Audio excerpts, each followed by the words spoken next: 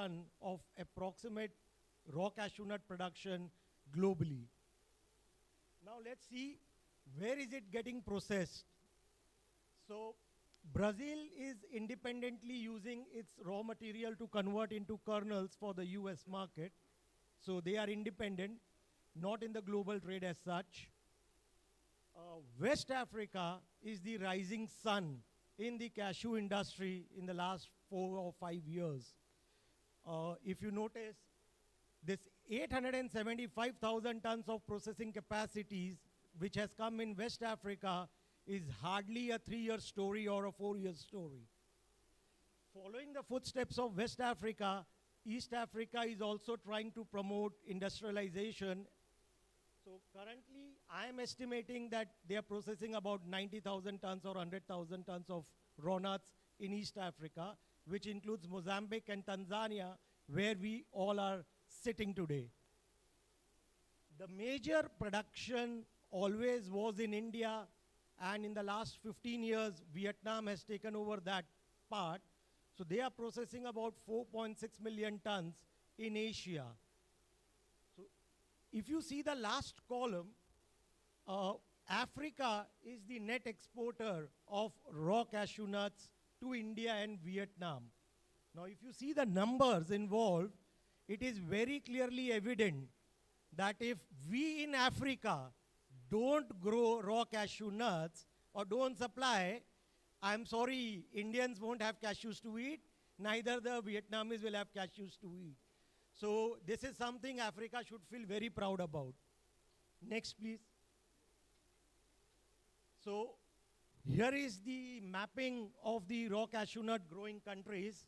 So like in West Africa, it starts all the way from Nigeria, Benin, Togo, Ghana, Burkina Faso, Cote d'Ivoire, Guinea-Conakry, Gambia, Senegal, and Guinea-Bissau.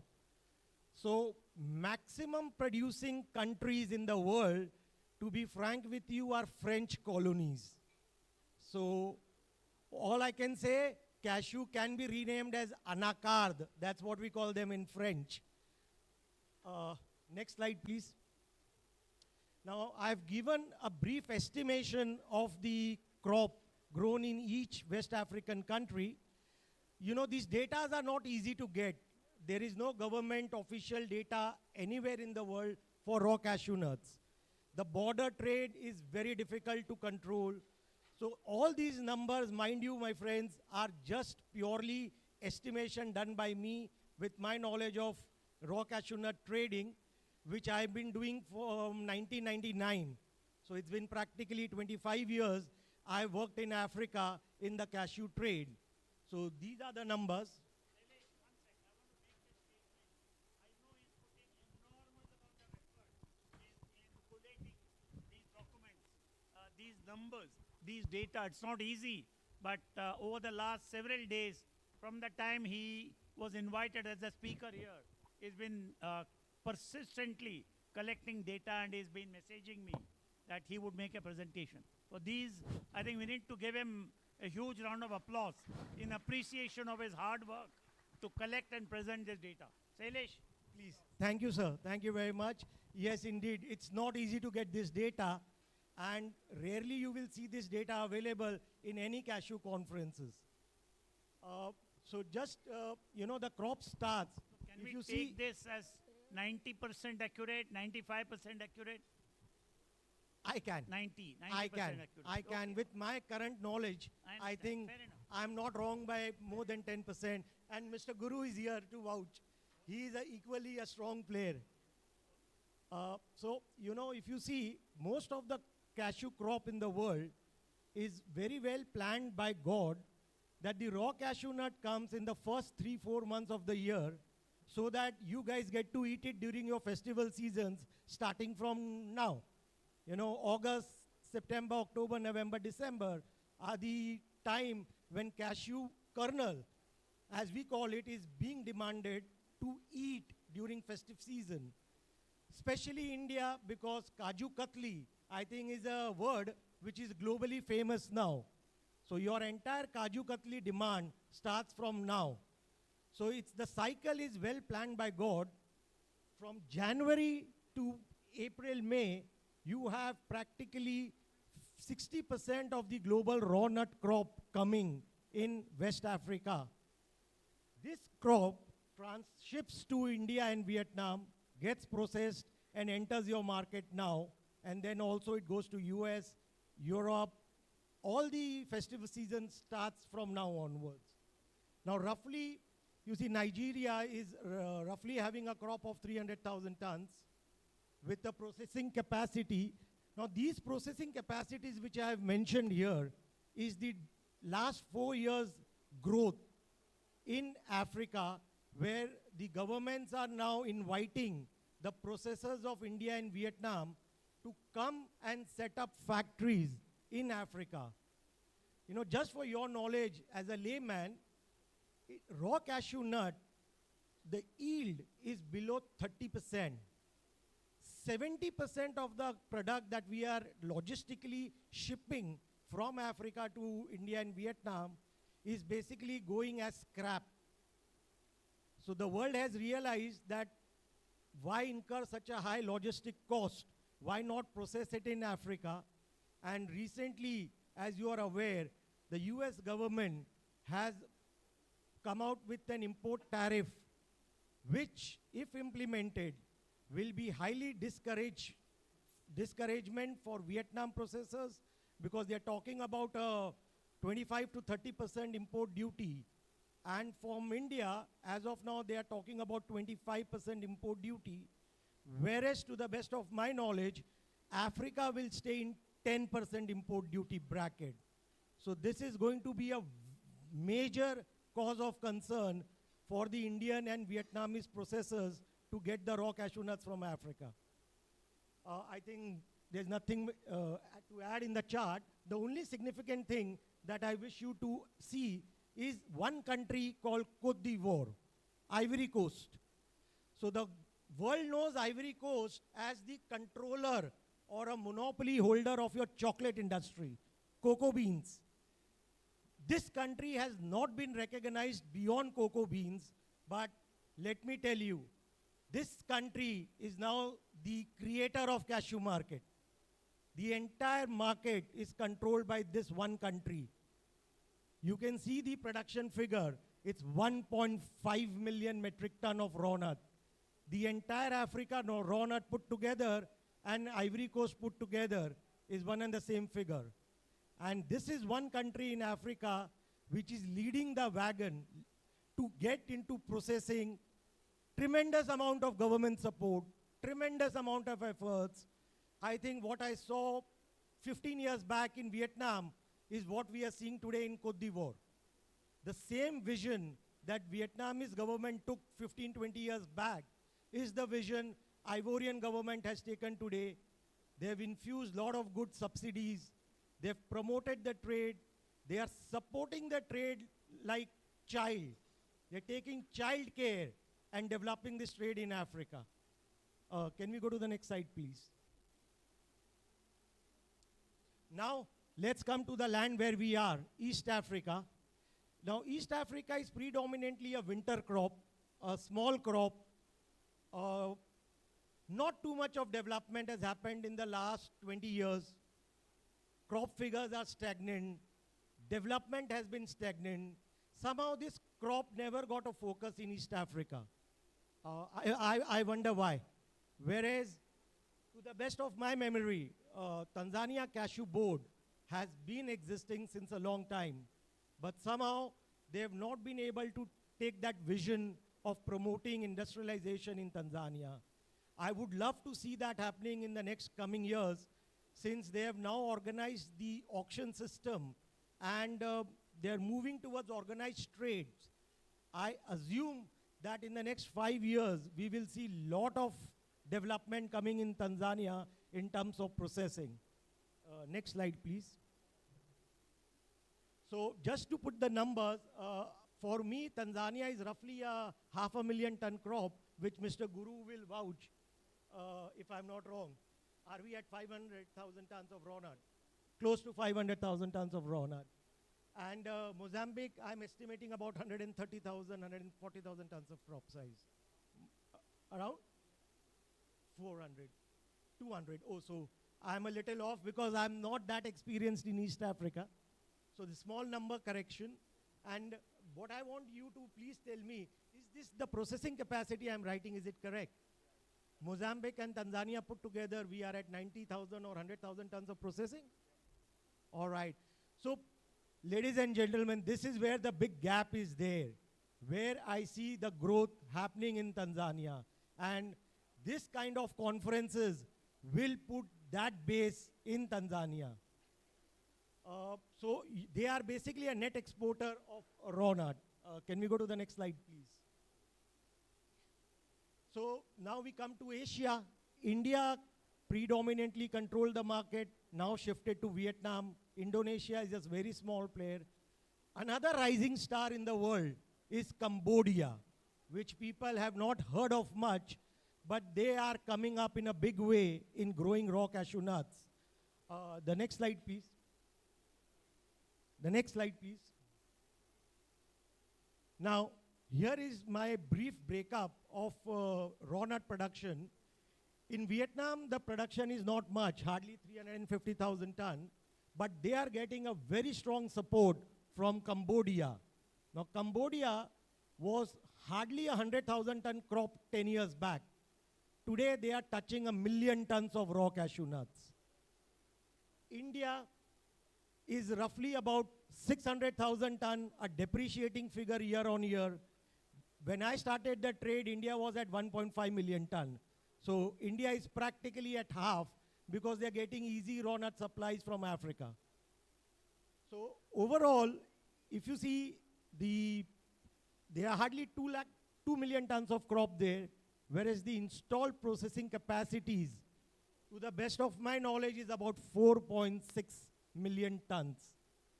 So there is a simple mathematical requirement of 2.6 million tons of raw cashew nuts, which Africa has to supply to India and Vietnam for them to process and remain alive in this trade. So Shailesh, with my this request, base, please conclude in 2 minutes. Yeah, Sorry about the next slide, please. So this is just a brief that Africa is producing about 62% of the global raw crop, whereas they are currently processing 15% of it.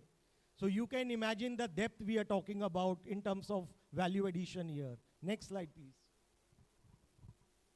So these are the processing opportunities in Africa. As I told you, the numbers speak by itself.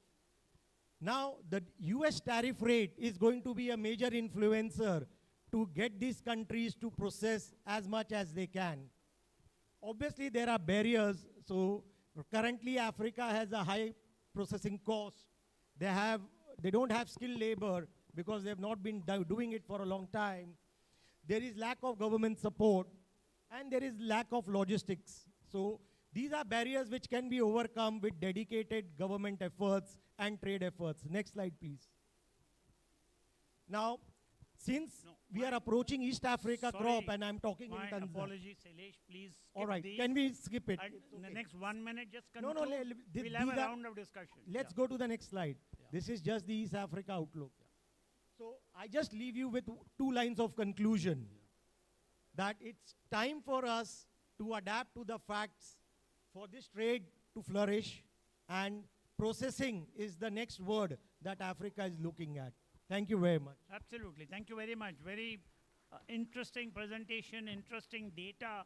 62% production of raw cashew, only 15% processing.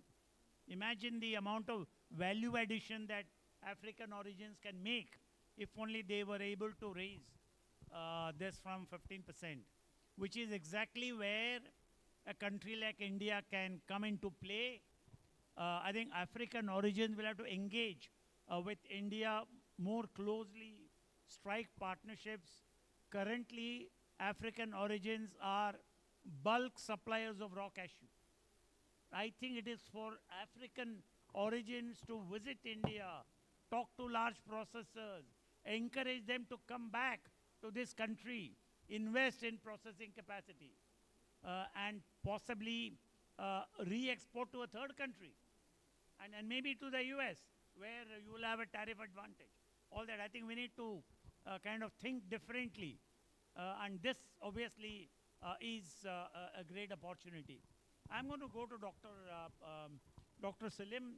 Has been his decades of experience in seed and agriculture research. Sir, in your opinion, are the yields of raw cashew in Africa as a whole? Of course, many countries are involved. Is it at a decent level? Is there a scope for improvement? Is any research going on to improve not only the yield but also the intrinsic quality of the fruit? First of all, the fruits. I mean, trees take long, and therefore research products are slow. But there is in Naliendele, in southern Tanzania, a research station dedicated to cashew nut. But yield depends on the variety and depends on management. I think the immediate results we can get from improving management. That's one. Number two is that area under cashew nut in Tanzania is increasing now because we have seen being grown in Singida, and therefore Tanzanians, you might think that they are not very good at these things. They are very good at taking technology if that is, is profitable. Number two is sustainability. I think what you have said about bringing processing into the country is important. And therefore, if there is going to be a tariff in India, let's see improve long-term relationship. You'll see it. Traders are here, and so are free, and the whole groups. We are ready. We are ready to expand. Thank you. Thank you, sir. Quite brief and very to the point. Let me go to Guru Prasad. Your thoughts on the status of African cashew and the possibilities of engaging with India. What would be your advice to the African governments? Hello. Hello. Like Mr. Shailesh said, processing is the way to go forward. But of course, it's easy said than being done. So there are a lot of steps needs to be taken by the government of Tanzania and other African countries and receiving countries like India. I believe there is still a kernel import duty in India, so which acts as a big barrier for kernels to reach India. And in cashew processing, it's not only the grade A and grade B which can be sold. It's about selling the grade C and grade D, the bits, the broken. So once we secure a market for that, I think that's only when we will see the advantages of processing. And also, like you said, there is a lot of barriers to entry in Africa. There's a lot of high cost of production. So apart from the export duty savings and those things, we also need more support from the government in terms of rebates and also in purchasing window. So there needs to be multiple systems implemented in order for Africa to have an edge over processing hubs like India and Vietnam. Yeah, IBC model is very workable. Because without that, I think we have a lot of inventory holding cost. So that it becomes very difficult to process in the local. All right. But how do you propose to attract investment into I Africa? believe there is already Because people good who want to invest obviously will have a long-term goal. No, I which believe means, one second. the fact that the players who are already in the cashew industry in the existing countries have enough knowledge and expertise and money to invest. So we don't really look for investments from India. We just need India to buy the kernels off of us. So I think that's the way forward. So as long as the two governments support each other, I think there's enough companies here who can. Yeah, please. What Mr. Guru has said, Guru, what we need from India is skilled labor, training of skilled labor. So if Africa wants to succeed in cashew processing, they need to beg, I'm sorry to use the word, they need to request the Indian government to open institutes in Africa to train labor. that is the first golden law if this industry has to succeed. Am I right? Yes, of course, labor is important, but I have a different view in that because India is not only the country that processes cashew. In fact, India has been overtaken by Vietnam. So I believe that if India does not step up, and then of course Vietnam getting tariffs and other things, Right, they will exactly. step up and they will come partner with companies here, and they will provide what India has failed to provide over these years. You have options available. Yes. You can go to Vietnam. Vietnam has actually, I think, overtaken India in some way in the last few years. India, as I said, was in a dominant position probably 20 years ago, Yes. but no more. Agreed, agreed. There is, what you shouldn't, again, I think because both in East Africa and West Africa, there are different countries producing. I think Africa as a continent, all these countries will have to come together, form a consortium, because your challenges are common, including skill development and technology. If there is a consortium, you will be able to come to India, negotiate better, engage with private corporates for investment here, work on skill development, etc. This is my view. I believe like in Africa, if 4 or 5 countries, the major producers, if they have a single view, I think the other countries' production will follow, or even it will not affect the market. Somebody must You see. take the lead. Yeah. Agree. So I think Completely IBC has done a good job in taking the lead. Right. I think it's time for Tanzania to follow. So He has I have a view that India needs the produce and needs also to invest in it. It's not one way. As soon as you say, let's look at our common interest, see how we can do so that we meet the middle ground. And knowing that East Africa has had long history of working with India, I think is a lot easier. Let's work this. Let's make sure that it's all ours, not one way. Otherwise, you'll lose as exporters, re-exporters. Point taken. I think India's nutrition status leaves much to be desired. Have to be candid, and don't try and sell this product as a premium product for the elite. Sell it as a health product, a healthy product that will advance India's nutrition security. That has to be your pitch. Darji, your thoughts on this on the cashew sector? Okay. So basically, as Guru has said, it is very much right in terms of like processing in Africa. If you say processing in Africa is not so easy, specifically in Tanzania, because we don't have good incentive schemes from government, first of all. If you see the Tanzanian nuts, some of the nuts are very expensive. If you process such expensive nuts at the price which India or Vietnam is buying, and then you export from here, you will not be able yielding any profit. India has a better advantage because they are buying not only from Tanzania, they are buying cheaper nuts from Mozambique, buying cheaper from Nigeria, other many origins. So for them, there is always an average of costing, which if you process only in Tanzania, I think you cannot get that benefit. So that's one of the factors. Second thing you were saying about Vietnam, Vietnam might be ahead of India in terms of technology, I have seen recently. The technology which is coming from Vietnam, there are few factories which has come in Tanzania. There are 1 or 2 Chinese people who have put up the factories, one in Matwara and one in Masasi. But they are also now, they are little struggling right now. Even with the good amount of technology, good amount of manpower from Vietnam and everything. Only the problem in Tanzania is the pricing of the nuts. How the government will price the nuts, how the government will give the incentive on exports, I think then only you can survive. Otherwise, it's very difficult. Point taken. Thank you very much.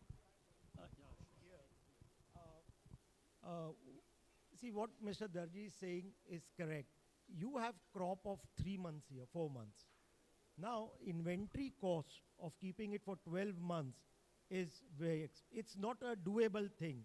So what I would request the government of Tanzania from my end is if they want this industry to flourish, they need to allow import of cheaper raw cashew nuts from West Africa. Because why? The seasonal difference, the time difference. When their crop gets over, West Africa crop starts. So if the governments, as you rightly said, if there is a common platform with a common vision, the synergy is enormous. Again, I will just like to add one thing. You are saying to bring anything from waste or anything to Tanzania, very difficult. Because the shipping cost in Africa itself is more expensive than any other part of the world. If you bring something from West Africa to Tanzania or send from Tanzania to West Africa, shipping cost is crazy. But anyway, there's something internally African nations have to sort out is very important. But as I've said in so many different contexts and so many different countries, number one, if you are exporting raw cashew to India, which is fine, but do not treat India as an importer or a market for bulk supplies.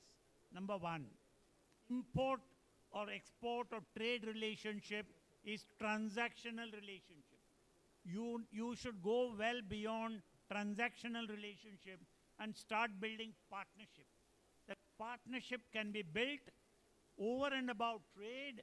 You need to have investment flows, two-way investment flows. You need to have two-way technology exchange, and of course joint research relating to various challenges, etc., including seed research, quality, etc., etc. So that's the kind of attempt that all the African producing nations, the origins, must come together, and that's how we need to engage with India. With this, in fact, we have a lot more to discuss, but we have run out of time, and with a great sense of appreciation to all our panelists, I want to thank them and bring this session to a close. Thank you very much. God bless you all. Ladies and gentlemen, a big round of applause to our esteemed panelists. Thank you very much for all the knowledge sharing that we've just had here. I'd like to now invite Mr. Krishkant Bajaj from the All India Flour Mill Association. Welcome, sir. And Mr. Sujit Kumar Parikh from Pune Pulses Private Limited. Please do join us, gentlemen.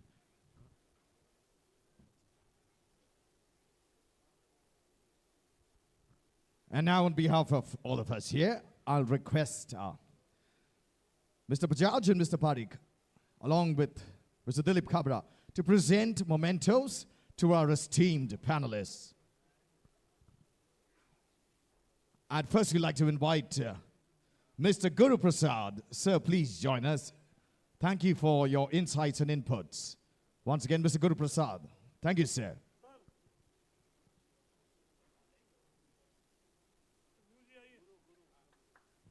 Ladies and gentlemen, please join in with a nice, good round of applause to Dr. Said Silim. Thank you very much, sir, for all your inputs and insights. Yes, a nice, good round of applause. Thank you. To Mr. Shailesh Tulsian, thank you so very much, sir.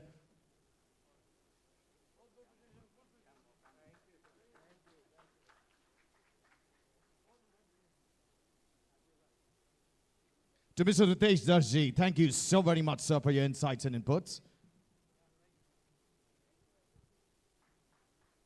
Yes, indeed. And finally, to Mr. G. Chandrasekhar, thank you so very much, sir, for an absolutely fabulous panel that has been brought together by you. And I request our esteemed panelists and, of course, Mr. Parikh and Mr. Bajaj, please, can we all get together for a group photograph, with which we conclude our panel discussion on cashew. Ladies and gentlemen, a big round of applause to this illustrious panel. Thank you, gentlemen. Please do take your seats. And ladies and gentlemen, we come to our final business session, our final panel discussion, ending our 3-day conclave.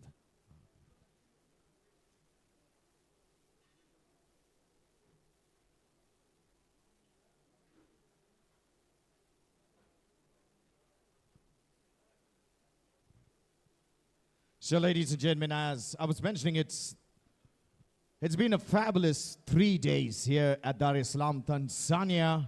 And on behalf of the entire organizing team, I'd like to say asante to each and every one of you who made this indeed such a tremendous success.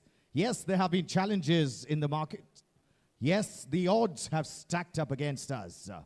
But when the going gets tough, the tough get going, and all the tough who are going to lead the way are present right here in this room. Ladies and gentlemen, We salute your resilience. And of course, it is your integrity and passion, dedication to your trade, to your craft, that steers you on your way forward. We now have our final session that will commence in just a short while from now. And we understand that everybody here, of course, has been waiting for this session. So we invite all our guests who are in the food court area. Ladies and gentlemen, please join us presently in the main hall. To all our friends who are outside as well, please join us right away, because we now will be commencing a panel discussion on pigeon peas. Historically, as we have done this session in the years gone by, we've always seen the maximum turnout, most participation, and of course, this year as well.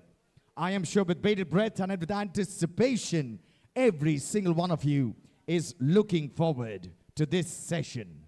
In a very short while from now, we will be joined by an illustrious panel who will advise, provide insights, inputs, their thoughts and opinions on the market for pigeon peas, the strategies going ahead.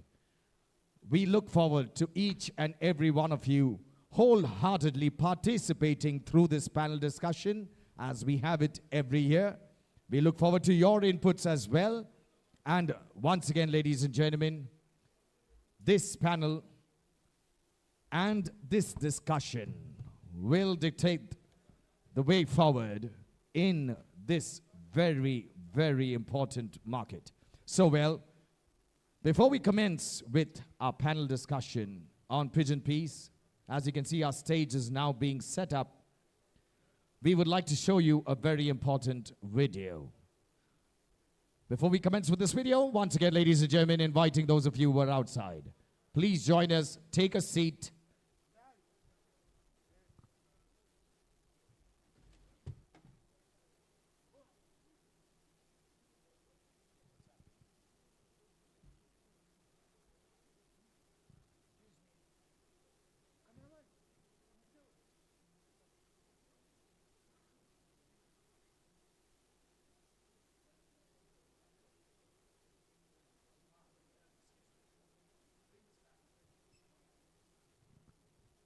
Once again, ladies and gentlemen, we invite you to join us. We are about to commence in just the next few minutes. Thank you.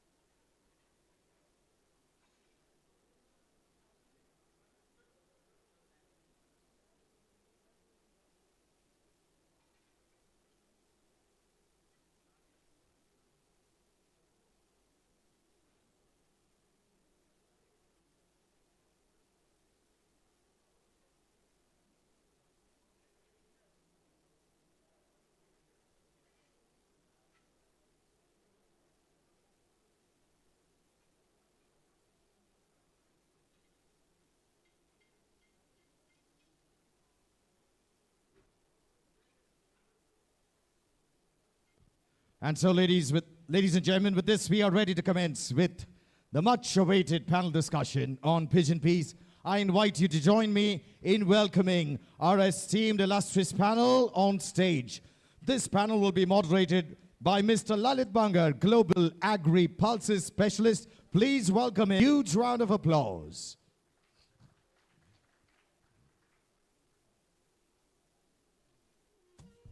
And now I'd like to welcome our esteemed panelists. I welcome Mr. Jayesh Patel, CEO, Big Group International. Please join us, sir. Thank you. I'd like to invite Mr. Dilip Mohanty from Reliance Retail, Vice President. So please do join us, sir. Thank you so very much.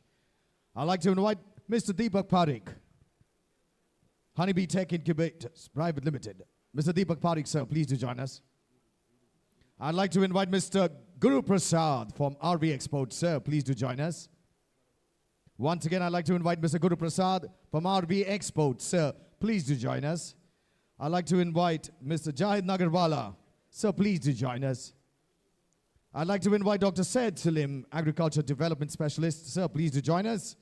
I'd like to invite Mr. Samir Ismail, Director, Afrisan. Please do join us. And I'd like to invite Mr. Ritesh Darji, CEO, METL. Sir, please do join us. And as you see, ladies and gentlemen, our panelists are getting here on stage. We're looking forward.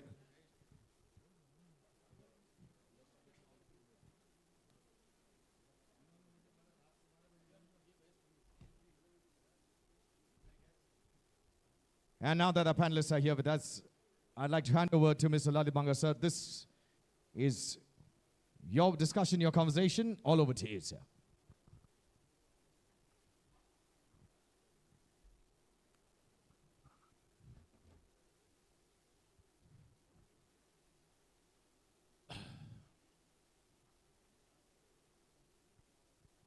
Okay. Good afternoon, gentlemen. It is nice to see the hall almost full for the last session, which is like I can term tour being served as a dessert today. So let us all enjoy the dessert session. And I have very panel of very eminent panelists with me, all having rich experiences. Samir, Zaid Bhai, Guru Bhai, of course, Mr. Mohanty. And I'm pretty sure that this session is going to be very, very interesting. And it is of interest for all of you and us also. So without much ado, let's start with Mr. Mohanty's. As ever, he will be putting up his presentation, which will do the half of the work of the whole panel. So let's start with Mr. Mohanty's presentation. Thank you.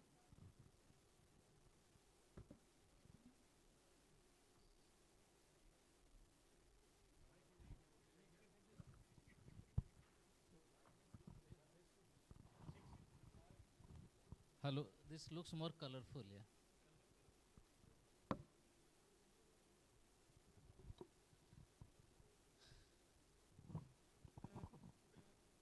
Good afternoon, everyone. Pigeon peas, the most important dal for all of us. I am a retailer, Reliance Retail. From a retailer's point of view, dal is very, very important, especially tuar dal. It is called a KVI, known value indicator in a retail term. We want to keep the price of the tuar dal very cheap always, because that creates a perception about our store in the vicinity. See, this goes on to show the importance of tuar in Indian market. With this context, I'll start. Next. Just to give an idea, I think everybody knows this. India is the largest producer, largest consumer, and largest importer of tuar at the moment. As far as production is concerned, India produces about 75% of global production. Africa about 17% and Myanmar 6%. As far as India's import is concerned, we are importing it from Myanmar and East Africa. Next. And to give an idea about the pulses basket as a whole, how it is going on as far as Indian food basket is concerned, pulses basket is concerned. If you look at the production from 19 to 23, It's been continuously, it was going up. Except for 2024, we had a bad monsoon. The production had dipped from 27.5 million tons to 24.2 million tons. If you look at the consumption numbers, that is continuously going up because increase in population, increase in disposable income, plus pulse is very essential for many PDS items, government schemes. As far as the difference between production and consumption in India is concerned, there's about 2.5 to 3 million tons which is getting imported in India. And post 24 and 25, I think import quantities have gone up because India had no option but to start the floodgates of import for white peas, always chana from Australia. That is why the import quantities for the last 2 years, you see, it's gone from 2.5 million tons to 4.5 to 6 million tons. And if you take the main two pulses in India, chana and tuar, chana production in India is quite significant, almost 50% of the pulses basket. Sometime back, about 16, 17, it is about 94 lakh tons, about 1 million tons. Now it is gone up to about 113, that is government figure, closes hovering around 100 lakh tons or 10 million tons. But as far as tuar is concerned, tuar production has been going down for last 6 to 7 years, except for this year we had a fabulous monsoon, very good crop. That is why the markets have all gone down, as all of you know.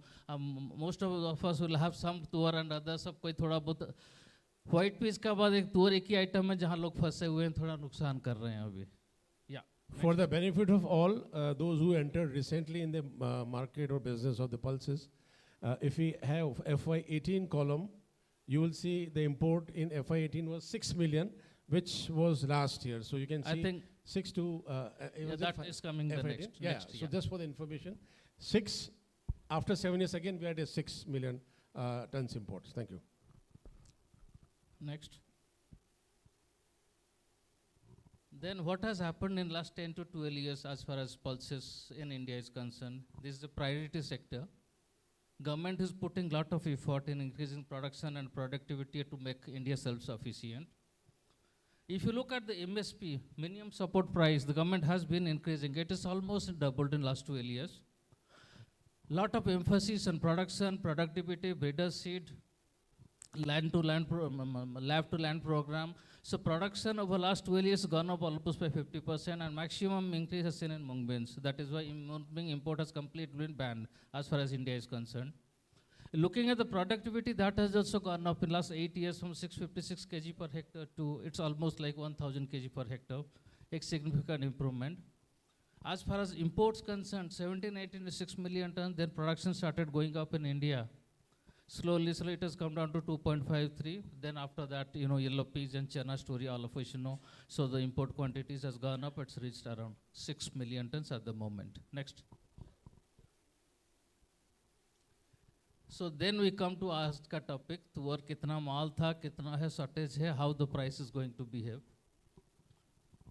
If you would like to compare the last 2 years, if you look at the government numbers, last year the production as per the government report was 34 lakh tons.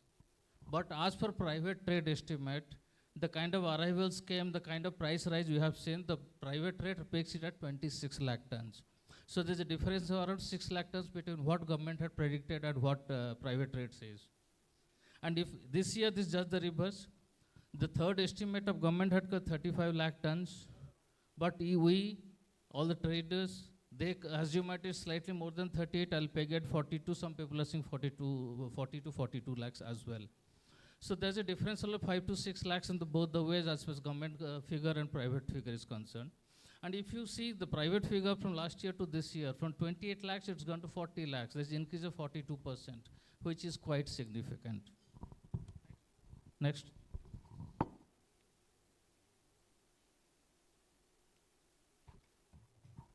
Just to give a price trend about last 1 year, prices continuously going down. The peak price about last June, we have seen 118 rupees. I think there's a mistake down. So this is numbers for last July to this July. So it's 118 rupees. I think 74, 70 is the price of January and February where Indian production comes. So that was the price of 74, 73. After that, it's gone down further. I think today it's priced at 67, 67.50. This is how the price graph for the last 1 year has been. Next. Then we come to what is the, we have got an early monsoon in India. Sentiment thoda India mein change hua. But how do you see as far as tuar sowing is concerned? If you look at the normal area in tuar, it's about 45 lakh hectares. And this year, as of now, as on 10th of July, there's a decrease of 6.5% as far as sowing is concerned. Then we come to the main states in India, the tuar growing states in India. Karnataka, where it is shifting kahan hua has cotton, maize and jowar. That is the areas have gone up.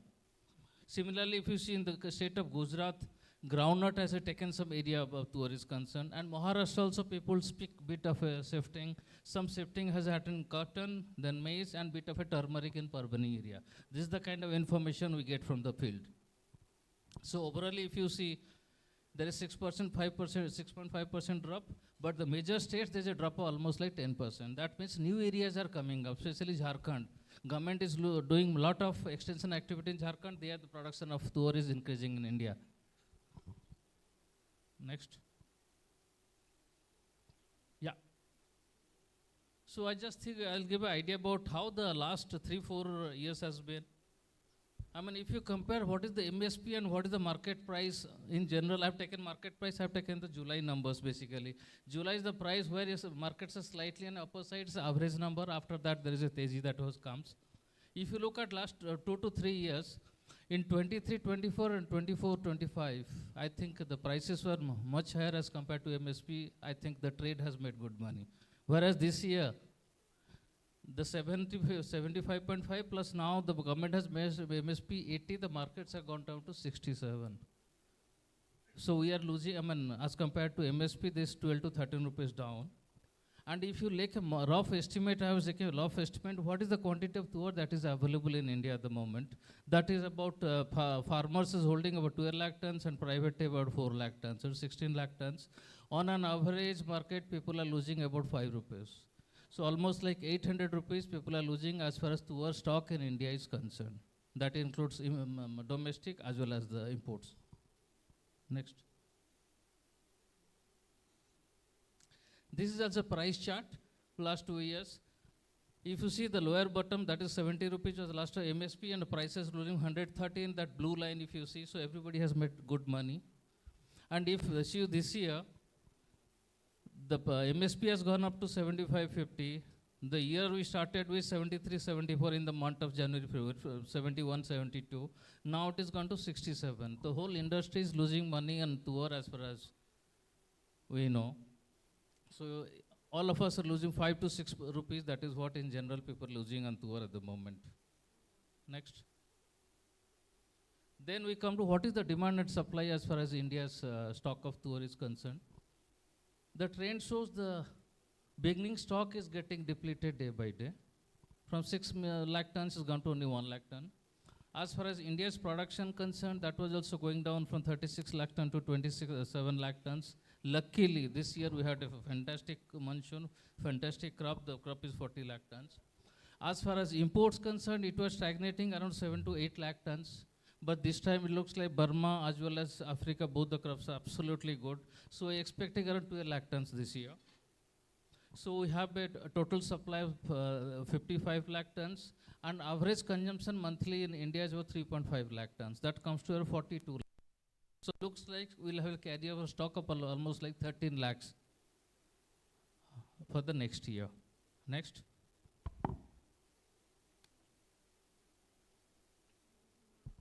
That was the for the entire year. I thought now we are just getting into August. August to December, how the equation is working out. That will help everyone. If you look at the total production of 40 lakh tons, roughly 70% of the material has already come to the mandis. So around 28 lakhs already gone. So farmers are holding about 30% at the moment, which works out at 12 lakh tons. The millers, the stockists, they are holding around 4 lakh tons. Then between August to December, we expect out of 12 lakh tons, 8 lakh tons will come to India as far as import is concerned. All put together, we have availability of 24 lakh tons. And during the same time, considering monthly consumption 3.5 lakh tons, our total consumption will be 17.5 lakh tons. So we have a surplus of 6.5 against 2.24 lakhs. Plus government is holding 6.5 lakh tons at the moment. That I consider as a dead stock. You know, government will release it now, release next year, year after that, we know. So that I'm putting it slightly differently. So basically we have got 6.5 lakh tons plus government 6.5 lakh tons. Put together in India, we will have carryover stock of 13 lakh tons. Next. So how the price could behave? These are the rough indications. Today morning, if you see, the markets are ranging between 67, 67.50. And the prices are more or less stable for quite some time.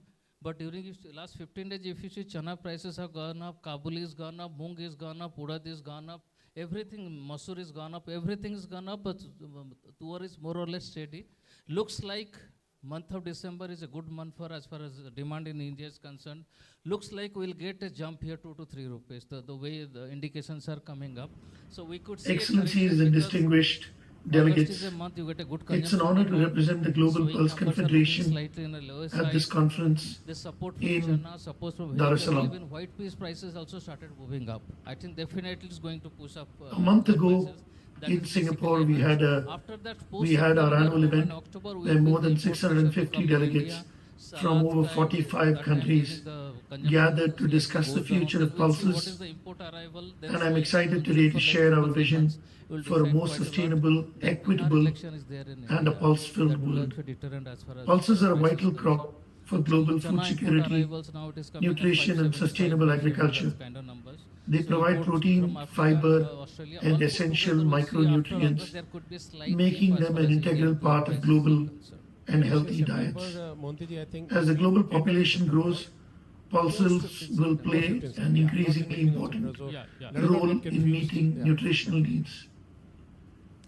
At GPC, we aim to promote sustainable pulse production and trade practices, So just I was saying enhance that, research the chart is and the difference development for between last improved year what happened as compared to pulse this year. varieties, support Same numbers, smallholder basically, farmers, 37 lakhs was the total particularly supply in last developed year. countries. This time it is 53. Sorry, that lakhs, should be that's developing domestic and countries. import put together. Foster Under international normal circumstances, cooperation 42 and lakhs knowledge is sharing. consumption.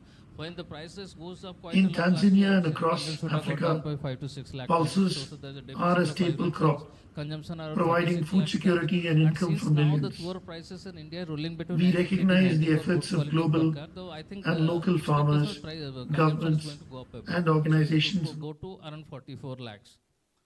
So last year we had a surplus of 5 lakh, sorry, a deficit of 5 lakhs. That is where prices gone to 120 to 125.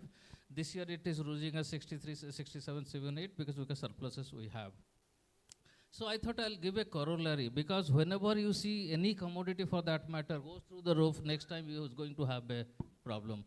So I was just saying what is Jeera prices. 3 years back if you Jeera 650 rupees, now it is ruling 218 last year, now it is on 200 rupees. During Ukraine war in sunflower oil, we see 200 rupees. Now it has gone to 100 rupees, but after that, government had to put a duty 20%, otherwise going down further. And in case of tuar, if you see 256, 16, after 125, next year we have seen a price of 45 rupees. Similar the situation this year, it's 125. After that, seeing a price of 67 rupees. Next. So this is basically synopsis. I would conclude saying domestic production is fantastic, 40 lakh tons. Around 12 lakh tons of import is expected during this year. We will have a carryover stock end of the year around 13.5 lakhs and including government stock of 6.5 lakh tons. So now what are the indicators for here onwards the price movement? I mean, I would say the next 2 months, final swing numbers plus monsoon for next 2 years. Government policy on arrival of yellow pea. Some people say government might put a duty. Some people say till March 26, that is not possible. Then import pressure on arrival of China and Tanzania and Australia to a large extent will depend on what happens in pulses in India.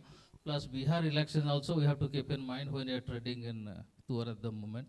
This is what I had to say. Thank you.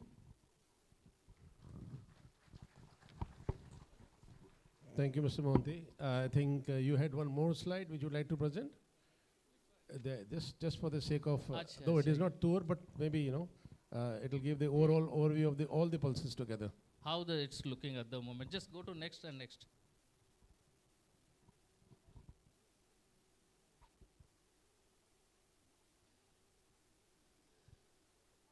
कहाँ गया? Next.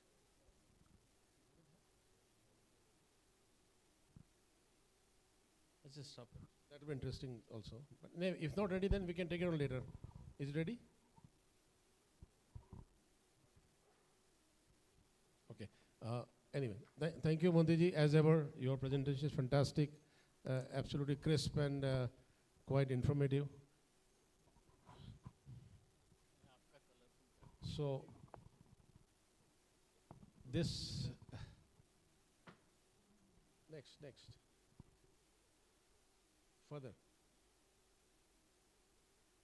No, this is previous. Further, for the last. Or maybe they're deleted. Yeah, this one. Yeah.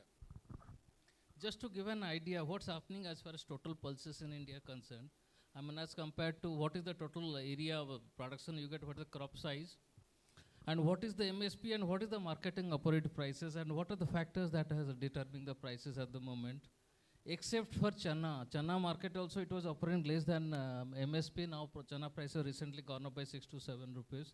So MSP is around Chana is 56.50. Now it's gone to 60. Today I think it's 61. So that's the only where I think it is more than MSP. Tuar MSP has gone to 60. We're operating 67 rupees. Lentil 67, 61 or 60, 61. Yellow peas doesn't have MSP in India. Urad has again 78, it's 73 rupees. Moong 87, 70, 75 rupees. So I think after the import of yellow peas has come, it has impacted all the crops in India. That is the reason all the prices have depressed and gone down so much. I was making a rough calculation, what has gone wrong? Yellow peas normally in India before import was on 8 lakh tons. Now monthly lifting and consumption were 28 lakh tons. So another 20 additional lakh tons of yellow peas gone to the India market. About 70% rough calculations goes to Chana and Bishan, this thing. The rest of the thing, 25% could be about 5 lakh.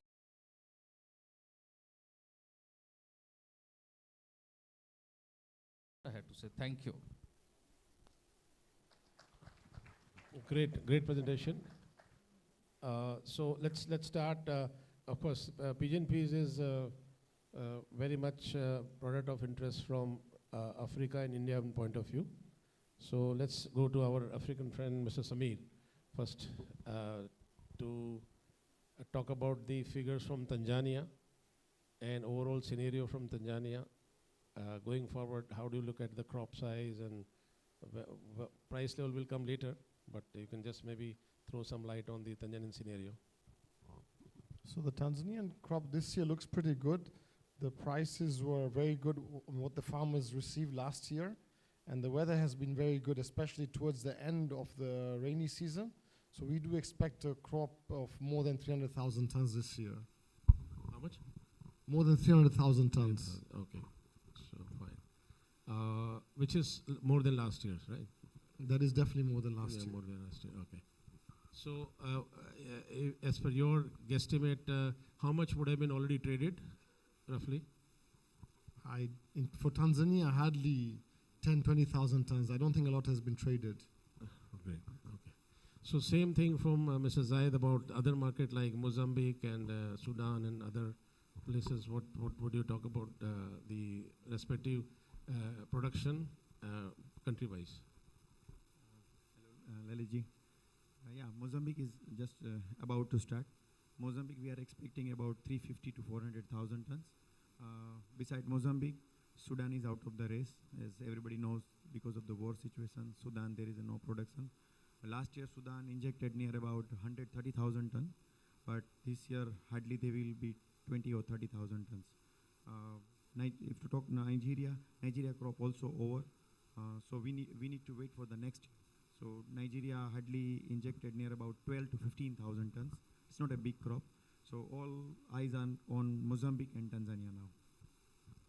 So coming back to, sorry, Malawi also. Malawi, yeah. So coming to Mozambique, which was a country of discussion last year for everybody. Lots of news here and there and different stories. I believe this year the situation improved, right?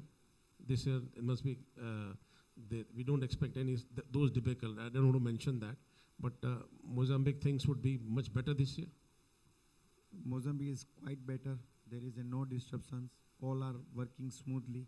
Already some export process already started, and some old cargo was also there. It was smoothly gone through. So there is no any panic, no any disruptions. All are fully clear. So all cargo being which has been contracted will be shipped out, and all contractually performed. Depends on your shipper, which shipper you are concerned. But if you whenever you are with healthy shippers, your cargo will be load on time. Yeah, that is what my question was. Those so-called shippers are much better this year, right? At this moment, there is no any news. No all news. All are quite great. okay. No news is good news in this case. You know, that's what I was thinking. Now to Guru Bhai, you just recovered from your sickness, you know. So you're all right, right? So okay. So how do you see the health of this all this African side? You know, what you have to say? Anything addition to that? I think like this year the production has been good in Tanzania, so we expect close to 250 to 300,000. But there is a new system of procurement in Tanzania, which is through the online auction model. So this does keeps on the higher side. There are multiple reasons why, but it's keeping the price a bit on the higher side. So that might give a support to the falling prices in India. And in terms of Mozambique, I have heard similar news to what Mr. Jahid had said. There is no disruptions. But again, you know, we are all in African countries, so things do change. So we hope it doesn't change anything. But in the next 2 months, we don't see any disruptions. In Tanzania, the flow will be good starting from mid-August. Bariadi is already started. And I believe Bariadi is a short crop. So I believe in the next 2 weeks, the crop will be finished. Because the one thing we have to note is the auctions has made the crop cycle very short. So it's no longer a 3 to 4 month size season. All seasons are shortened to around 2 months. So there'll be good peaks in September. But there will also be a good gap. Like once the season is over, it's completely over. So gone are the days when like there will still be cargo in November, December. So that also creates some pressure. So buyers needs to take any positions or anything. They need to take it during the season. As after season, I don't think there will be any carry forward stock. Unless it's with the shippers. But don't you think to having the window shorter will put pressure on the prices as well? Because then you only 2 months to export a lot of your quantity. Yes, it puts a pressure on the buying because you can have shipment contracts of November, but then you still have to procure it in the month of September. So for the existing business people operating in Tanzania, we need to increase our capital, increase our warehousing structures. So because even to fulfill a contract November, we are forced to buy it in September. So it does create some pressure in terms of selling. Like, you know, there's a lot of cargo influx in the tender. There will be pressure of selling. By the same time, now because the market is so transparent, when the tender cargo does go down in quantity, there is immediate reaction from the buyers as well. So it's good and bad at the same time. Next to Deepak ji, you are engaged with the policy makers in India as well as I think Tanzania also last time you mentioned about this auction you are going to be meeting and everything. So what do you think there is a TMS cost involved in the whole process, right? Deepak ji, you are aware about the TMS cost, right? Yeah, sure. So what is the, because that is an additional thing to be absorbed in the whole pricing. So how the Indian buyers will take this extra pricing on that, and you like comment on the TMS cost, you know? Yeah, so far actually we have been engaging and interacting with Copra, we have been engaging EMX as well as the agriculture ministry. They had a delegation like recently also to India. See, concern of currently Tanzania is that actually the farmers are not getting right price. And we are also having an election year here. October elections are there. And I would be saying that I'm more optimistic about crop than actually my African friends are. So in fact, I'll start with little bit change in the S&D. So overall, me and Mohan are same on the excess surplus. We are looking at from whatever like we do, 3.4 million metric ton coming from predominantly India. Then we are looking at 400,000 coming from Mozambique. 350,000 coming from Tanzania, Malawi another 100,000, and Sudan we are a little bit more optimistic than you. So like we are talking about 50,000 metric ton.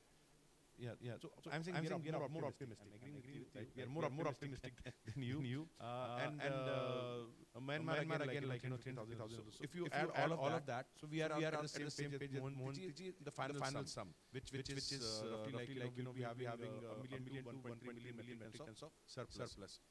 As far as policy is concerned, government of India is in comfortable position. They have been able to make Asian farmer happy by buying 630,000 tons from them. So like they bought it at MSP, which is like pretty decent MSP, and with the markets pretty low. So overall, I don't see any policy change. Government has already given year policy framework that till March 2026. No problem. It's under OGL. So I see that policy-wise all okay. Now coming to question is TMX creating a challenge. I think it was a little bit ill-timed because the government here they found that for other commodities it has worked well, but pulses are a little bit of a different ballgame, right? Its value chain is not as well developed as in other value chains, whether it's all about the coffee, the cocoa, the sesame. So those were okay, but yes, there is a problem. Like farmers are getting between 1,100 to 1,200 shillings, which is like not that great. Now coming to, I would say, other policy in other countries, I would touch upon Mozambique because of effort by some of the people sitting here, right, from Mozambique, my good friends. Lot of restrictions which were there, manipulation of quotas, certificate of origins, all of that is history. Mozambique is open for free, fair, good trade. Let's throw away that apprehension which used to have that Mozambique is difficult, there could be lions sitting there and eating human beings. No, now there are no lions, right? Mozambique has also understood that the trade is fair, they need India. So I believe please have your eyes and ears open, but at the same time don't worry about it. And our government has put a lot of effort. Our Prime Minister got involved 2 years back into that. And currently I believe if you have little bit of risk-taking capacity, look at Mozambique closely. It's a great place to do business, and I think the quality is awesome. Only challenge with the African, I would say, supply is that there is already a part of it. So whatever Modi was talking about carry, majority of that is African in India. So that old crop is I'm saying, pushing a little bit of price points. Now coming to the outlook of the price which I see, currently I think we are close to bottom, but we are still not bottom. Whether you talk about Africa, India, I would say it is the desi would be at the range bound, and it is going to be same 68 to I see it going up to 80, right? That's a possibility. So my range this year would be, I would say that 65 to 80, which I'm seeing across the season. Africa, I believe before the festive season, we would be looking at 60 INR Africa going up, because our own stock are going to be depleting pretty soon, and Africa's crop. And here also like my friends how they send it across, because Guru was right saying that the cycle is pretty short. But if there are some delays because of shipping and all that, container is there. Bulk vessel, not many people are able to do that. So because of those issues, logistic wise there are delays then it can reach above 60. But otherwise I'm looking at 48 to 60 for African tour this season. You would like to comment on that? Do you really foresee level of as low as 48 or 60 is upper, right? But do you think that price level? Bangal, I will never be able to answer your question without asking other questions. So the first question that needs to be answered is that there is a 1.2 million surplus. If you look at this, and I kind of agree with the number. Someone has to be a stockist for that 1.2 million tons. Okay. Right now, the Indian, how do you say, the Indian traders millers, everybody on the Indian side has lost so much money they don't have I won't say the money, but the interest to stock at the moment. So unless stockists show up, we will not find the right price or the bottom price. So that's the first question. At what price do the stocks show up? Okay, and that will take us for the rest of this year. Okay, so I cannot answer that question because I don't know. If you ask me, I would say 500 is too low, and they should show up. But you know, they might show up at 400. I have no idea. Only if you can answer that question at what price the stock is show up. Can you answer the question how low will go? But there is a second question which is even more important to be answered, which is basically this million-ton surplus will not go away. It's going to be here next year, it's going to be here the year after, unless there's a weather problem. So maybe this year you could get stockists to come in and pick this million tons. And this could be just African exporters. This million tons also, half is 6 lakhs government. That was last year's 600,000. We have another million coming this year. This year. Okay. So there's another in the next 12 months, there's another million coming. While there's 600,000 sitting in government hands and other people's hands, there's another million going to come again. I understand, but you have the next season is what, 6 months away, 9 months away. We're talking about the next season, yeah, March. Whatever, that's only 6 months away. Then the hectares or acreage in Indian production has gone down. So that will be offset to some extent. That we will only know when it happens. I don't believe those numbers. I think the real question is that, and this has happened before, that there is a million-ton surplus or half a million-ton surplus. Africa and Indian farmers have to fight it out to figure out who reduces their production. The Indian government obviously support the Indian farmers. If left to market, our cost of production is well below $400, especially in Mozambique. So if left to market, then the next season we'll push it down to the numbers people are dreaming of this year. I don't believe those numbers are going to come this year. So unless somewhere in the middle, the Indian government comes in next year, March, and they say, okay, no more imports from Africa, then yes, our production will get dramatically corrected next season. But I think we're looking for the bottom, and the bottom is very hard to find. I don't know. Not bottom. Can you say bottom range? That's not the bottommost. Bottom range, like maybe $15 to $20 here and there. I would say before November is out. So things will change post-November, but before November is out, if you see a number below 500, grab it with four hands. That's I'll just add because he asked a pertinent question. See, first thing is that the bottom has to be found also, right? Because the seller is also having some say because in DMX, right? The previously, like the trader used to decide. Now there is an auction system in place, right? Even and where the government Tanzania is involved. Again, as I said, it's an election season. So would the government be okay that actually like a farmer has to give for 800 shillings their tour?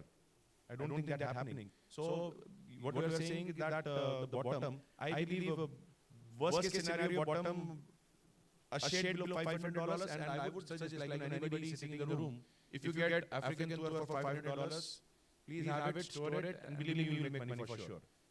Anything below 500, any commodity has intrinsic value also, right? If you are having too much surplus supply, it doesn't mean that actually it is going to go to crash to the level where actually the yellow piece will become costlier than Asian pea. That's not going to happen.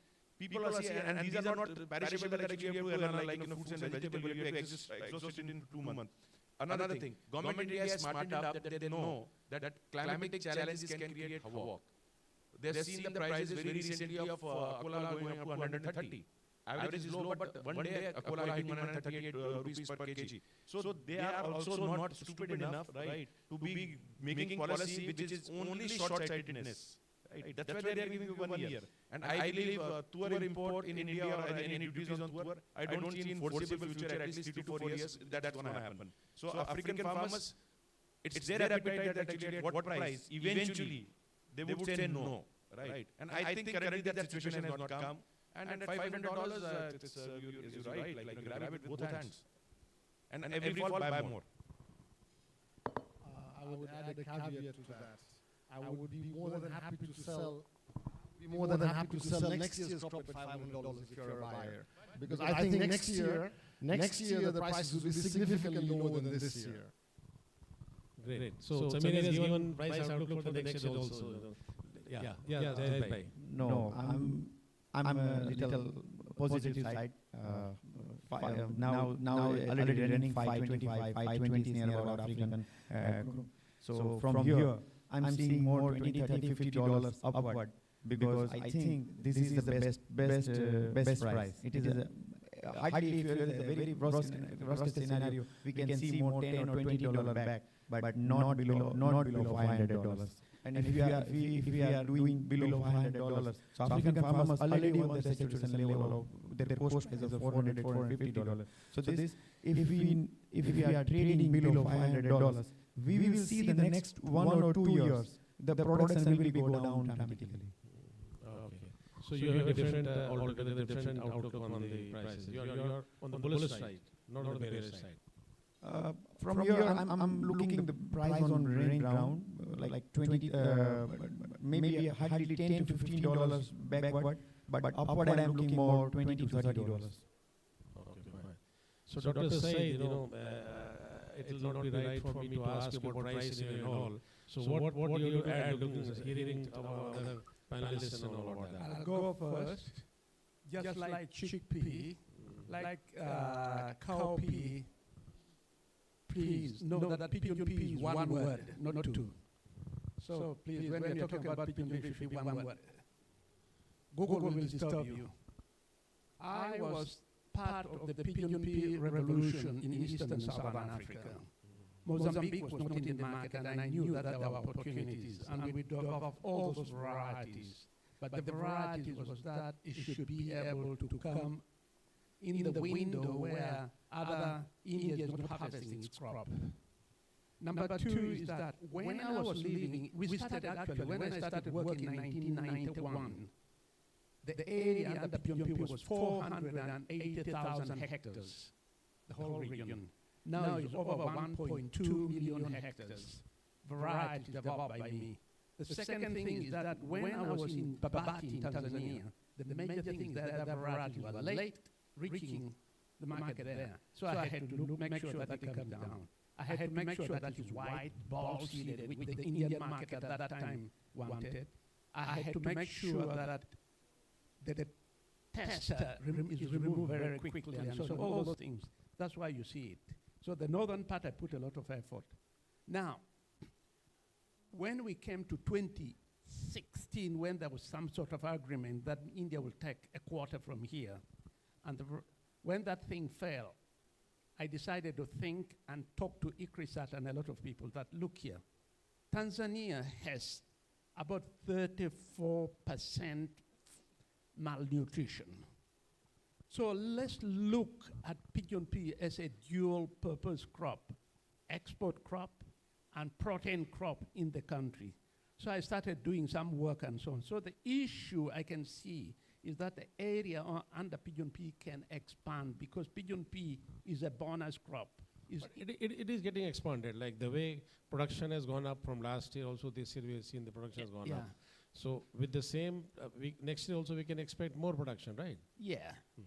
But what I was saying is that let's not put effort in domestic consumption to complement common beans, so that we reduce malnutrition. So production goes up depending on Indian market, but domestic consumption should go up. Domestic consumption is very low in the whole of Eastern and Southern Africa, except Southern Tanzania and Uganda. So your point is well taken, because this Tanzania should also try to promote consumption, local consumption as well. Yeah. By whatever means, Yeah. So you can talk to the government, and I'm sure you must be working with the government. Yeah, because when you look, the coastal part from Twara up to northern Kenya, they do not have problem of consumption, because they use a coconut thing for cooking. The central part has a problem because coconut is not available. So alternatives we have identified as peanut butter and so on. We tested in schools and it's being accepted, but they need now to promote it, because pigeon pea is intercropped, and therefore with maize, area can increase depending on the demand. So let us wait for the good news that Tanzania also start eating more of pigeon peas like India. So we'll have a balanced supply position vis-a-vis India. No? Yeah. Yeah, Zaid, you want to say something? You just yeah. Comment. Hello. Yeah. If you don't mind, I will like to add comment in Hindi. Is okay? हाँ बिल्कुल आप हिंदी में बात कीजिए because ज़्यादातर अपने तुअर processor तुअर वाले सब जरूर हिंदी में हाँ बिल्कुल बिल्कुल मुझे ऐसा लगता है वो माइक लीजिए वो थोड़ा बेटर है वो माइक बेटर है इसकी आवाज़ कम है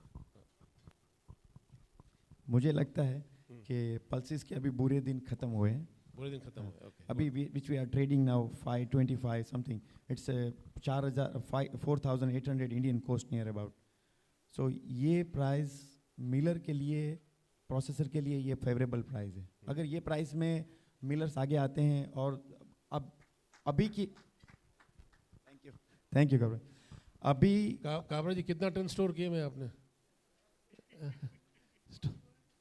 अच्छा 4,800 में अगर तुअर की कॉस्ट आ रही है इंडिया में तो मुझे लगता है ये चिपेस्ट वे है और अभी सर्वे कीजिए कि कितनी मिलें चालू है इंडिया की तकरीबन मिलें बहुत पूरी 100% मिलें नहीं चल रही है अगर 4,800 वाली तुअर पे मिलें चालू हो रही है तो कंजम्पशन भी बढ़ेगा अभी कंजम्पशन घटा है शायद येलो पीस पे डाइवर्ट हुआ है और कुछ चीज़ों में डाइवर्ट हुआ है क्योंकि तुअर दाल के प्राइसेस अप थे अभी जो ये 4,800 4,800 5,200 5,300 वाली तुअर प्रोसेसिंग में आएगी तो I think consumption also will be increase so ये प्राइस पे मिलर्स ट्रेडर्स अभी इतना डरने की ज़रूरत नहीं है I think the broast is बुरे वक्त अभी दाल वालों के बुरे वक्त खत्म होने को है Let's hear from Guru also. Bangar sab. Let him finish. Because it's just in continuity. It's in continuity. So sir आप जो बोल रहे हैं बिल्कुल सही है जो सब्स्टिट्यूशन हुआ था मसूर और येलो पीस की दालों का at these prices Indians will again come back to तुअर दाल right so consumption भी बढ़ेगा and I see for sure right आप जो बोल रहे हैं ना कि यहाँ से बहुत कम चांसेस है ज़्यादा गिरने का अपसाइड के चांसेस बहुत ज़्यादा है I am totally agreeing with you upside ऐसा नहीं कह सकते कि $100-200 अपसाइड है बट स्टिल $30 to $50 अब there is upside there is a positive way अब येलो पीस और तुअर दाल के बीच में बहुत बड़ा गैप था अभी वो गैप घट के काफी तक हो गया सो देर अब सब पॉजिटिव देखने का टाइम है सही बात है मतलब मंदा खत्म हो गया है तेजी कितनी होनी है लेकिन मंदा खत्म हो गया सही बात we also believe that this is closer to the bottom because you see in just the current crop which has actually started in Africa is Bariadi. There's everything else is not yet arrived on the scene. And Bariadi जितना भी ये लोग कोशिश कर रहे हैं 600 के नीचे जाने में 600 के नीचे नहीं जा रहे and there are good buying at 630 640 levels. So we believe like how he said you know the whole cycle has to go on. So we also have to show some resistance from the exporting side. And because of the auction system in Tanzania, it's automatically creating that resistance. If not for one person, another person buys, there is always one person which can come in and buy the entire lot on that particular day. So it keeps the prices a bit range bound. And like how you're saying, on the lower side, you see the reason why I believe Bariadi did not go lower than 600. Whenever we had an inquiry lower than 600, हम सोचते हैं so ये price में उसको देने के better हम लेके जाएंगे इंडिया में. What will happen? 1 rupee कटेगा or 2 rupee it's better na at least we don't have to answer to someone why I didn't if something happens unforeseen and the price goes up we don't have anyone to answer or fulfill any obligations so at this lower level we don't I don't see exporters rushing into big contracts unless the pressure of purchase of the arrival comes which is still yet to come and by seeing what happened in Bariadi which is going to finish in the next 2 weeks the same situation will happen in Malawi and in Tanzania as well. So in Malawi and Mozambique as well, I believe there's a lot of exchange rate issues. So जिसको exchange rate मिलता है उसको ये काम हो सकता है.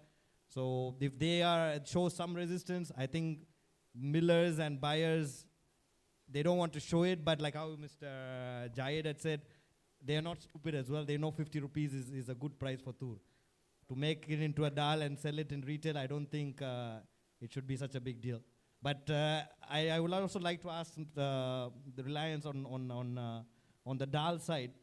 why there is not such reduction in the final price of the dal. Because if they reduce as well in the final thing, the consumption could be increased as well. Monti ji, his question is that सब लोग whole दाल का price नीचे जा रहा है, रिलायंस नीचे दाल का price नीचे नहीं क्यों नहीं कर रहा है? इससे very straight questions to you. गुरु, हम रिलायंस में बहुत तरह के दाल बेचते हैं. एक दाल लूज में जाता है, एक 100 नंबर है, एक पैक में आता है, एक फटका होता है, एक गुजरात फटका होता है. तो we have got a range. If you see the loose prices today, 70% of the offtake from retail stores loose prices. So if market today as 93 rupees में operate करता है Akola, I think it's 99 or 101. ये इतने खर्चे भी बहुत हो सकते. This is how it's always competitive. आप लोग compare करते हैं जो किराना store, जो किराना वाला ही 82% of India's population, this thing trade is unorganized sector. जो औरंगाबाद से छोटा सा किराना मन पॉप स्टोर है वो 200 किलो का धंधा करता है एक महीना में. हमारा I am saying 93 rupees for Reliance might be the material is coming directly, but वो एपीएमसी मार्केट जाता है, एपीएमसी मार्केट के होलसेलर के पास जाता है, तो for him it is 98 rupees, 97, 98 is the cost. 200 kilo 200 की जो साल में महीना में बेचना है, सो उसको 10 रुपया मार्जिन तो लेना पड़ेगा, नहीं तो बचेगा कैसा आदमी. So that is the difference between आप लोग high price बोलते हो, this is the difference. But you go to a modern format store, loose वो absolutely cracking price से मिलेगा, ऐसा कोई problem नहीं है. But है तो MRP लोग देखते हैं, MRP हम रखते हैं to absorb the in case there is a price rise. तो again on lighter side, गुरु भाई मैं क्वेश्चन हमसे ये पूछता कि आप प्राइस बढ़ाओ और हमसे भी ऊंचे में ले, because Reliance is a giant. So that they should buy even at a higher price from Africa also. And आप अपना बढ़ाओ, अपना मार्जिन बढ़ाओ, लेकिन at least हमें भी सांस लेने दो, हमें भी दौड़ने दो आपके साथ में. तो that would be the win-win situation for both, like tortoise and that story, hair story. Okay, good.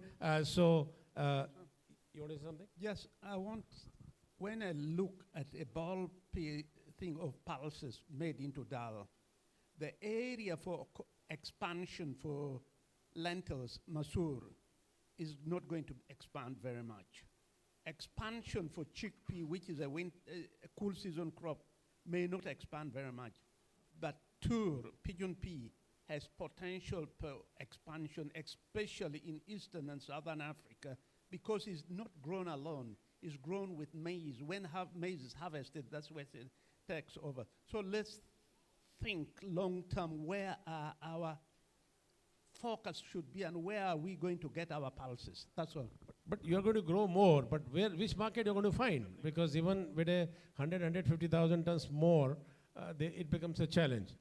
And unless and until Myanmar production goes down considerably, or you have some other advantageous situation, which I'm not very sure that. Tomorrow, let's say you double your production, God willing, in 4-5 years, where are you going to place? You see, the domestic consumption, I agree. So for that, of course, the international trading fraternity might not be of that much help. You have to do work on the domestic consumption improvement. Yeah, that's very right. Because recently, you must have heard about it, that Brazil has started growing black mud pay.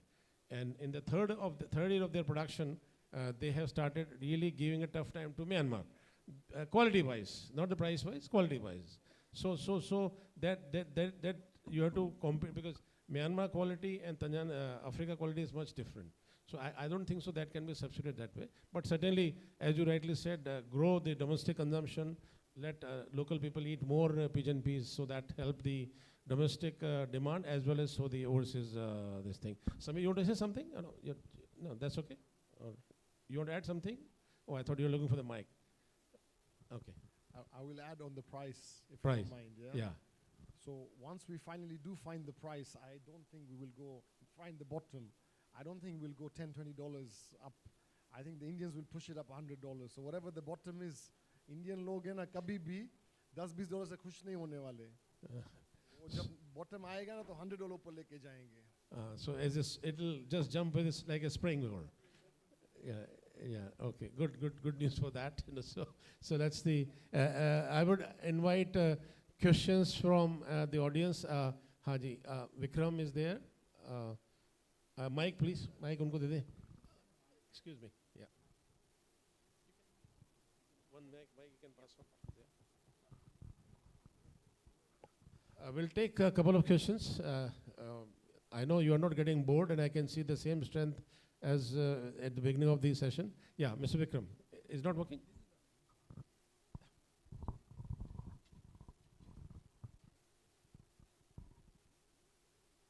Deepakji, question for you. As you know, this free import duty, don't you think so? It is jeopardizing the farmers' interest and farmers' income compared to importing from different countries like yellow peas and pigeon peas. As you see, we require like at least a 1 million or plus most of the time in terms of pulses. So do you think that it is decreasing or demotivating the Indian farmers? See, this is a very important question, that actually at what level Indian farmer get demotivated. MSP is something which is in our minds, and it is in mind of trader more than the farmer. If MSP and intention of farmer to produce or increase sowing would have gone parallelly, then you would not be having anybody going green moong, right, in India. They have been consistently below MSP, and still actually the acreage is increasing because farmer is getting good money. So same way is 80 rupees tour sacrosanct, where actually farmer should be getting 80, then otherwise he is not getting that, he'll be demoralized. No, at current prices of 68, he is okay. Otherwise you would be finding that actually like, this sowing, right? No farmer will be sowing pigeon pea. They are still sowing pigeon peas. That means farmer believe it is profitable. Until unless they get some alternative, right? For example, maize or other crop, which is giving them more profitability, then they get demotivated. Now, should we be giving MSP to the farmer, Indian farmer? Answer is yes, 100% yes. But if you restrict import from Africa or Myanmar or any other places, when you have a bad season, then what? See, we have to understand that India is such a large country, right, where just 5% reduction in a crop can create havoc. So we have to also be long-term view, because you cannot have that actually suddenly you need pigeon pea. You say African farmer, grow it for me, and then I am having surplus, and I say, no, you get lost. It has happened once, but I think government has seen that, realized that, and they are not going to repeat it for sure. That is what my belief is. And it is not demotivating. Farmers in Africa and farmer in India both need to be appreciated, supported, because farmer is a farmer. Thank you. I agree. Any more questions, please? Or quiz from the audience? Pass on mic there, please. Yeah. Good afternoon, members. This goes specifically to Mr. Jahid Nagarwal. He is doing business in Mozambique and Tanzania, respectively. At the moment, Tanzania has a TMX system, and Mozambique does not have it. Can he at least elaborate to us what disadvantage is it to us Tanzanians vis-a-vis what's happening in Mozambique right now?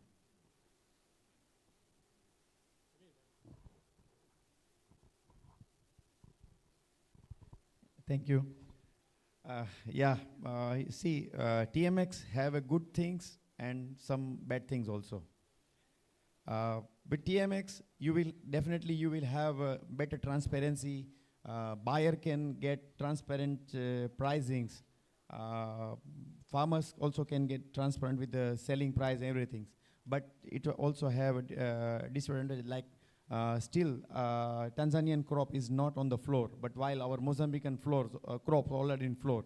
Many Mozambican cargoes already reached to Nakala on the port, and we are already prepared for the loading. While your Tanzania side, you are still on the auction processing. Hardly only the Bariadi, rest of the things, still you are not prepared.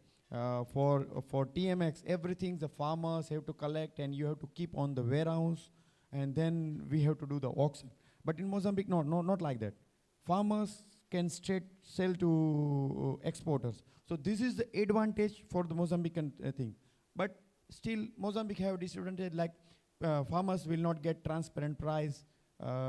Indian buyers also cannot see the transparent price. So both have advantage and disadvantage. Thank you. I think with that we'll sum up the session here. And it was really wonderful interacting. And as ever, the tour whole session always overshoot the time given. And still we feel thirsty as if our hunger has not yet been quenched. So with that, I thank you, my panelists, all great. And I think we were having more than 150 years of trading experience sitting on the stage.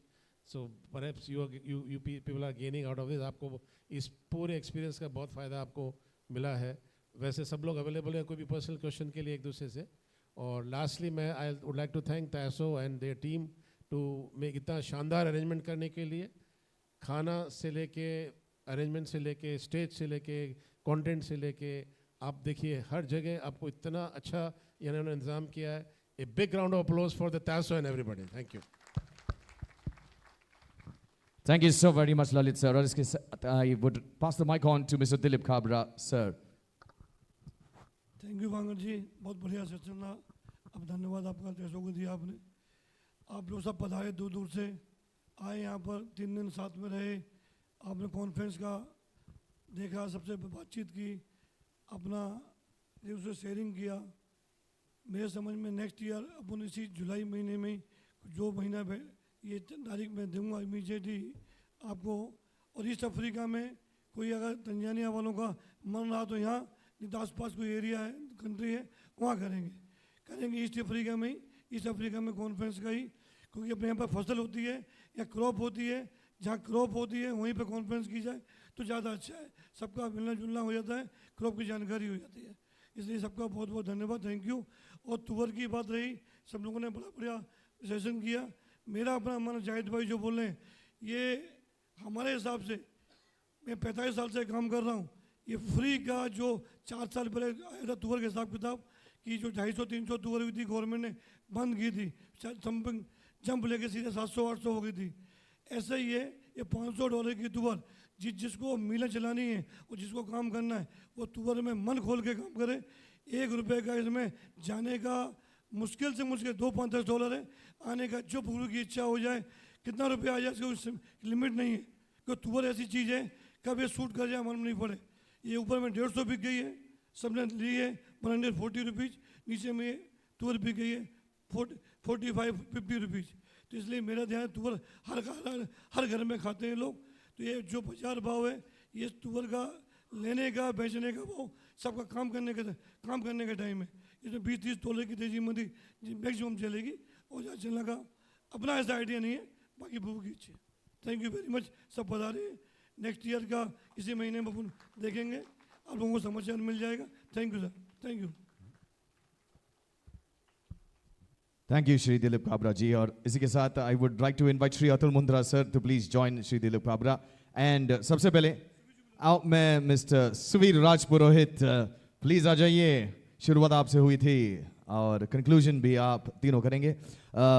Dilip Kabra ji, Atul Mundra ji, Suvir Rajpurohit ji will present felicitations to our esteemed panelists. Now, दोस्तों कहीं मत जाइएगा. We have a few announcements to make after this. तो please बैठे रहिए. सबसे पहले आ जाइए अतुल मुंद्रा जी, सुवीर जी आ जाइए. Let's give our esteemed, illustrious panelists a huge round of applause, ladies and gentlemen. I invite for the mementos to be brought forward. And I request Shri Atul Mundra, Shri Dilip Kabra and Suvir Rajpurohit to please present these mementos. Firstly, to Mr. Guru Prasad Agri. Let's have a nice warm round of applause, ladies and gentlemen. Shri Ravi Verma ji, please आ जाइए मंच पर.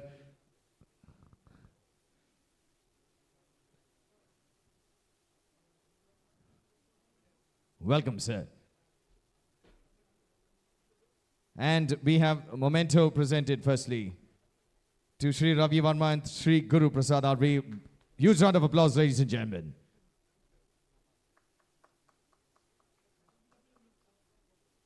And we'll keep the applause going, ladies and gentlemen, as the mementos keep being presented. Thank you so very much for your insights and inputs. To Mr. Dilip Mohanty, ladies and gentlemen, let's have a huge round of applause. Thank you so very much, sir.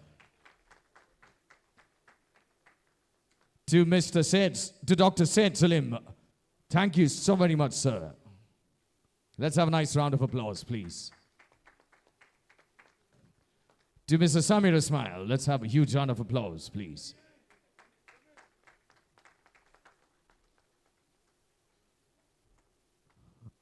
Thank you so very much. To Mr. Jahid Nagarwala, thank you so very much, sir.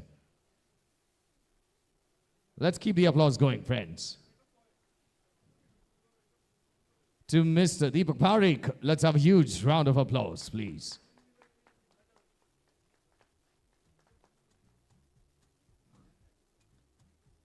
And finally to Mr. Lalit Bangar, ladies and gentlemen, thank you so very much on behalf of everyone here for moderating such a power-packed panel discussion. I invite you gentlemen to please come forward all together for a group photograph, please. Thank you so very much. And with that, ladies and gentlemen, we conclude our business sessions. Our discussion on pigeon peas been extremely beneficial to each and every one of you present here. And I'm sure the entire 3-day experience here at Dar es Salaam, Tanzania, with the Afro World Agri Food International Summit, the 3rd edition, being a fulfilling and enriching experience. Let's all say this together. Hip, hip. Hip, hip. Hip, hip. Thank you so very much, ladies and gentlemen. Indeed, a grand experience together at Dar es Salaam, Tanzania. My name is Rohan Sequeira, signing off on behalf of TASO International. And before we leave, we have a video that we would like to share with you. This is a video by RB International Pte Limited, and we have Mr. Rajan Bagaria, the Managing Director, with the message. Can we play the video, please?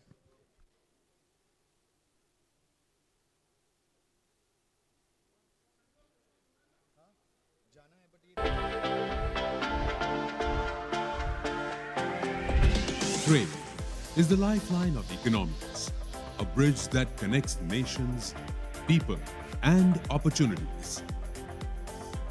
For over 35 years, RB International Private Limited has been at the heart of this global movement, transforming the way commodities are sourced.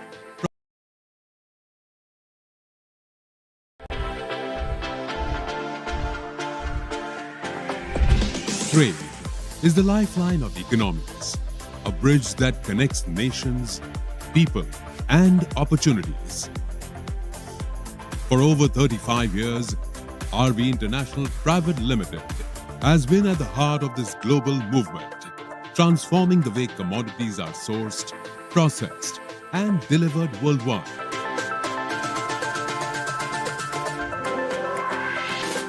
From a humble beginning in Singapore, RB International has grown to become one of the leading importers and traders of pulses and beans, extending to grains, rice, edible oils, sugar, animal feed, and even renewable energy. We as RB International is very old company dealing in pulses and beans and vegetable oils.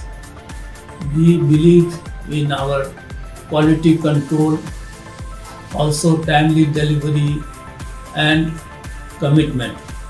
In these 3 pillars, we built a friendly relationship with our buyers. We believe in increasing sustainability, support the farmers and go for green energy. We have started now even in the venture of solar cells, which is big demand in India, and we are venturing into this in a big way shortly. With a commitment to quality and sustainability, RB International is a trusted name in supply chain management, reaching over 20 key markets including Singapore, Australia, Canada, India, Myanmar, UAE, China, Bangladesh, Pakistan, Indonesia, Malaysia, Nepal, Sri Lanka, Thailand, Vietnam, Tanzania, Mozambique, Ethiopia, and Benin. We are building a legacy that nourishes the world. Together, let's grow stronger.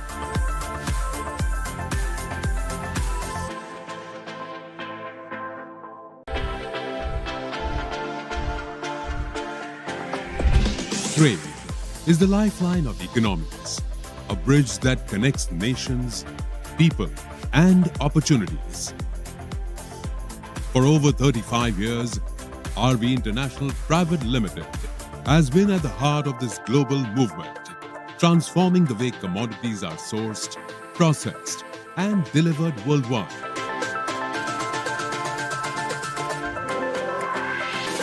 From a humble beginning in Singapore, RV International has grown to become one of the leading importers and traders of pulses and beans, extending to grains, rice, edible oils, sugar, animal feed, and even renewable energy. We as RV International is very old company dealing in pulses and beans and vegetable oils. We believe in our quality control, also timely delivery and commitment. In these three pillars, we built a friendly relationship with our buyers. We believe in increasing sustainability, support the farmers and go for green energy. We have started now even in the venture of solar cells, which is big demand in India, and we are venturing into this in a big way shortly. With a commitment to quality and sustainability, RV International is a trusted name in supply chain management, reaching over 20 key markets including Singapore, Australia, Canada, India, Myanmar, UAE, China, Bangladesh, Pakistan, Indonesia, Malaysia, Nepal, Sri Lanka, Thailand, Vietnam, Tanzania, Mozambique, Ethiopia, and Benin. We are building a legacy that nourishes the world. Together, let's grow stronger.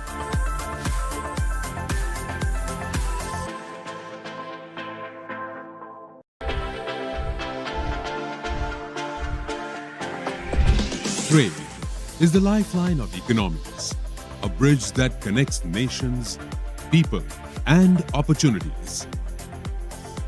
For over 35 years, RV International Private Limited has been at the heart of this global movement, transforming the way commodities are sourced, processed, and delivered worldwide.